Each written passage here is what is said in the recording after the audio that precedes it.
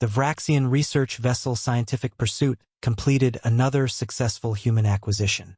Their target had been alone, camping in what humans called the Rocky Mountains, perfect for a clean extraction with no witnesses. The subject now lay unconscious in Containment Cell 7, scheduled for extensive biological testing. Dr. Kethera examined their newest specimen through the transparent aluminum barrier. Male, approximately 40 Earth years, unremarkable physical parameters. Just another primitive human for their experiments. The Vraxians had collected dozens without incident. Humans were fragile creatures. They needed constant temperature regulation, frequent water intake, and their bodies broke under minimal pressure. Perfect test subjects. Subject is awakening, her assistant announced. The human stirred, then sat up slowly. Unlike the others who had awakened screaming or crying, this one remained silent. His eyes, a disturbing predator-forward configuration, methodically scanned the cell.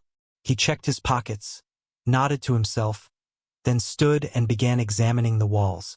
Curious, Kethera noted. No panic response. Administer the standard intimidation protocol. The lights dimmed, and Kethera's translated voice boomed through speakers. Human, you are aboard a Vraxian research vessel. You will comply with all instructions. Resistance will result in pain. The human, Marcus Thompson, though they didn't know his name, merely glanced at the speaker, then continued his examination. He found the water dispenser, sniffed it carefully, then took a small sip. He located the food slot, the waste management system, and the ventilation grates, memorizing each location. Did the translator malfunction? Kethera asked. Negative. Subject appears to be evaluating his environment. Marcus finally spoke, his voice calm.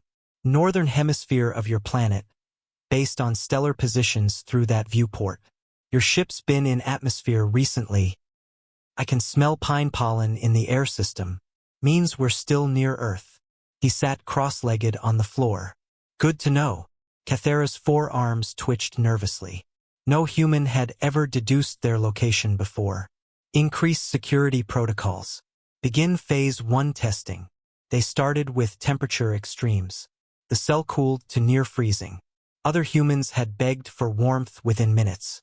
Marcus simply did jumping jacks, then fashioned a crude insulation layer from the bedding material.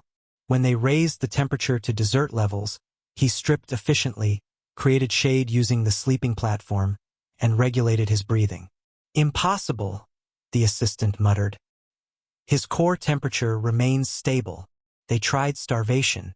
Marcus rationed the previous meals he'd stored, created a water collection system from condensation, and entered what he called a metabolic rest state. After a week, he seemed healthier than some of the crew.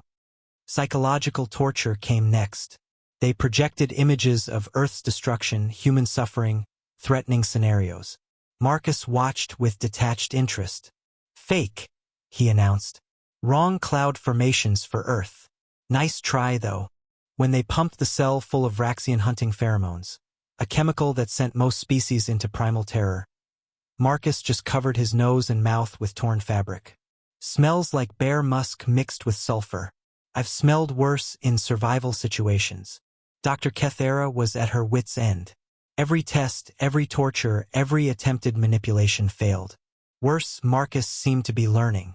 He'd mapped guard rotations, identified which crew members were medical staff versus security, and somehow figured out their sleep cycles. How? She finally asked him directly through the intercom. How do you resist everything? Marcus looked up at the camera, a slight smile on his weathered face. Lady, I've survived 3 weeks in Death Valley with a broken leg. Been charged by grizzlies, caught in avalanches, and lost at sea for 9 days on a life raft.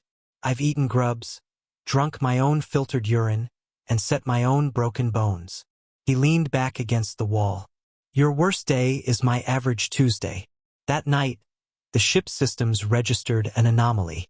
Somehow, Marcus had fashion tools from the food tray material. He'd partially dismantled the ventilation grate and rewired the door mechanism. By the time security arrived, he was gone. They found him in the escape pod bay, calmly programming a route to Earth. 7 security officers surrounded him, weapons drawn.